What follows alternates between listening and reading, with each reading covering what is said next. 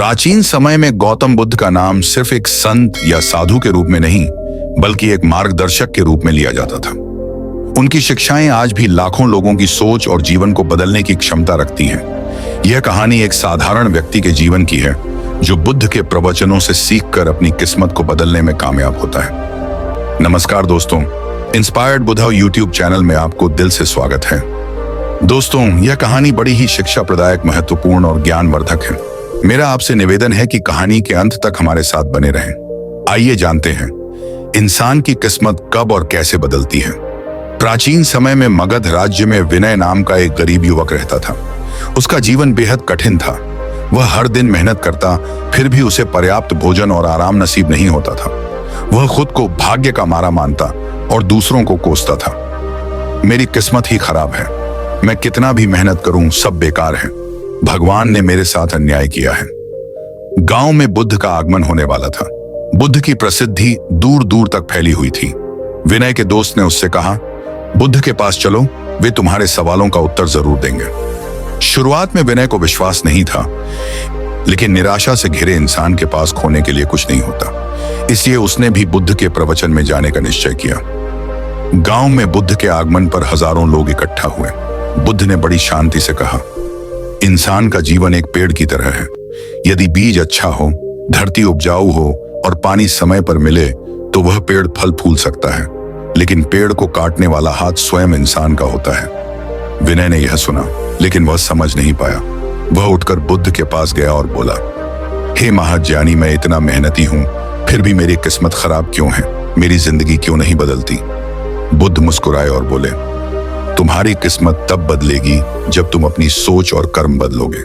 किस्मत बाहर से नहीं आती, यह तुम्हारे भीतर से ही बनती है।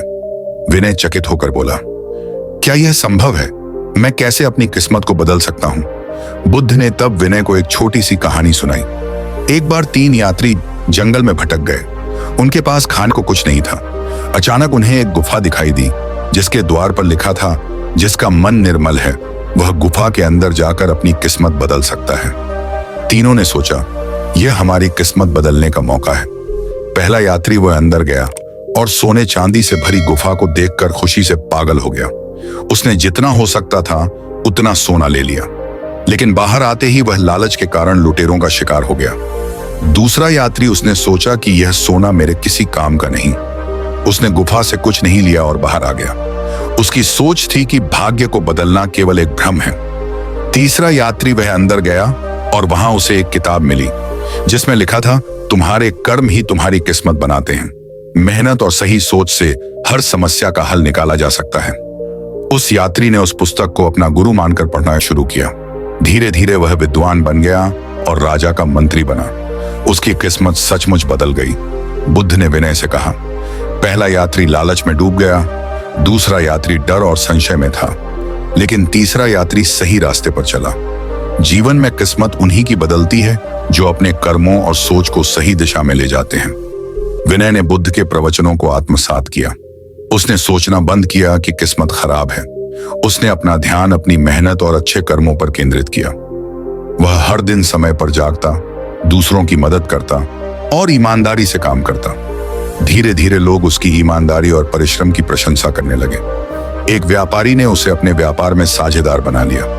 कुछ वर्षों में विनय एक सफल और प्रतिष्ठित व्यक्ति बन गया। जब विनय फिर से बुद्ध से मिलने गया, उसने कहा, हे महाज्ञानी, अब मैं समझ गया कि इंसान की किस्मत कब और कैसे बदलती है।